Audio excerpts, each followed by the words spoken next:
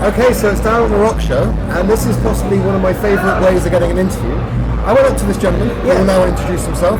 Hi, I'm Jaret from your favorite band, Bowling for Soup. And he was the other side of the press area, so I went over, asked him for a selfie, because you're a beautiful man. But also to thank him for the video that you did a while back. Yeah. About depression and anxiety. Yeah. Which spoke a lot to me. Yeah.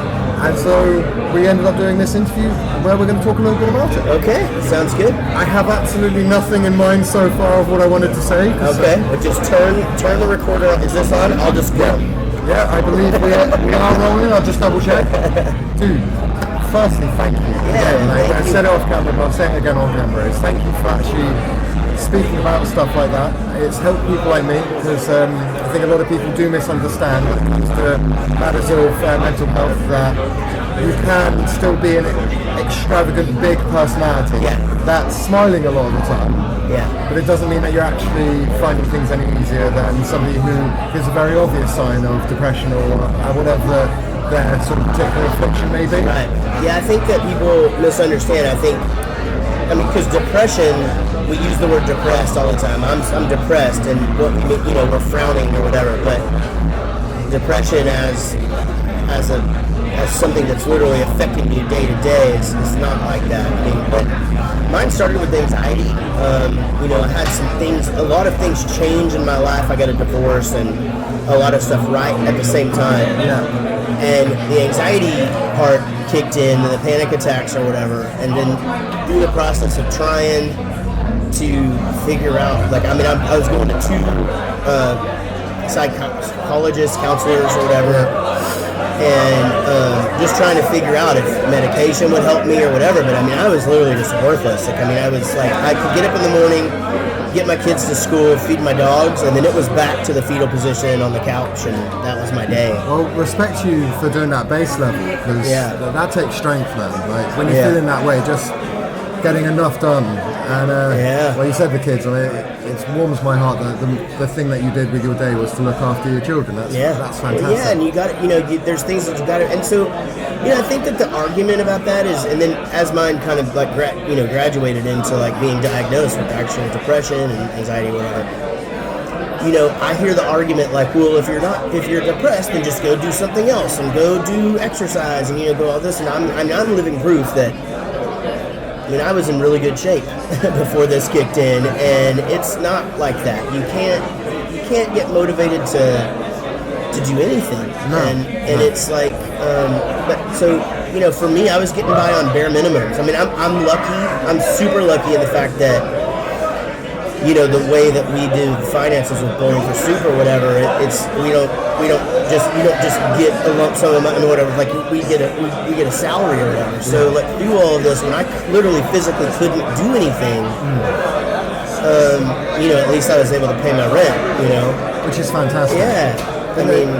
You've drilled into something very important there, which I think a lot of people do misunderstand about this. Is when you lose all confidence in yourself and everything that's made you get to the point that you are, you can't just suddenly go back into doing the things that were healthy for you before.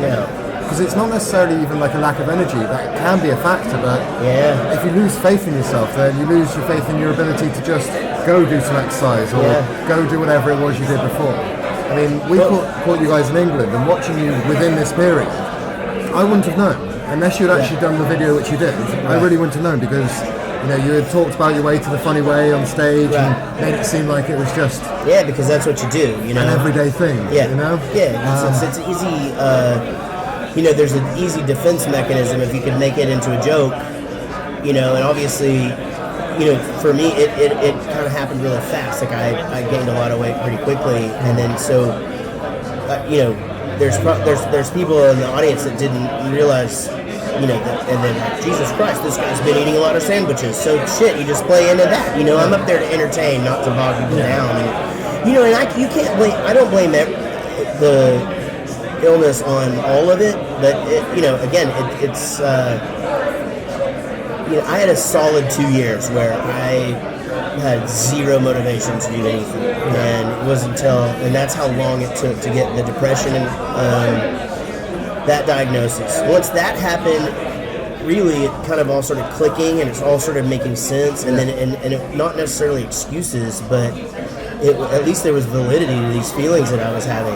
It's that takes away the uncertainty and the aloneness once you get the diagnosis, because I don't know if it was the same for you as before I had my diagnosis. I thought that in many ways I was broken because I was thinking this way and that nobody would understand. Yeah, sure.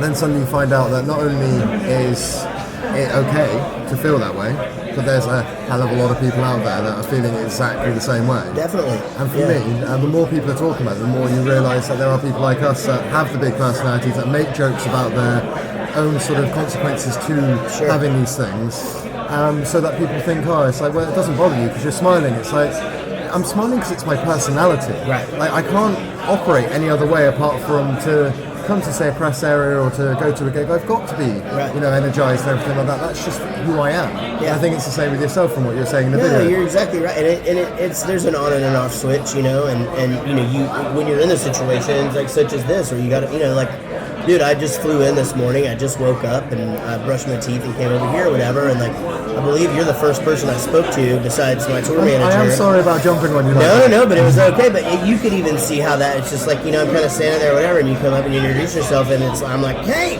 let's do this thing, whatever. So there's the switch, and that on switch happens, and, it's hard to tell. It's hard to tell people. It's hard to let people know, hey,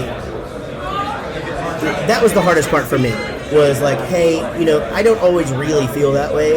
You know what I mean? Like, I'm not trying to, like, pull the wool over anybody's eyes, but, really I'm completely miserable and, yada. But, so that's why it's hard for me to really even kind of put some of this stuff out, because I don't want it to, I want people to understand that it's just really, until you get it under control, you're just simply just spreading other stuff on top of it, just trying to get through the day. Yeah, exactly. And our jobs require us to be happy and do a presenter front almost, no matter what's going on. Yeah, I mean, people expect me to take over the room when I walk in, and sometimes I don't feel like taking over the room. And then of course you get loads of questions. Why? Like, are you all right? And it's like, well, no, but that I don't want to talk about it. It spirals, and then suddenly you feel like I said, those feelings are broken when people expect a certain thing. So then you do get into this stage where it's like, well, I'll just be what you expect. And you don't talk to people because it's like, you're not interested in anything else. And I don't know about you, I'm very lucky that I've got a few people around me that know when I'm giving a sort of a version of myself that isn't necessarily being felt inside.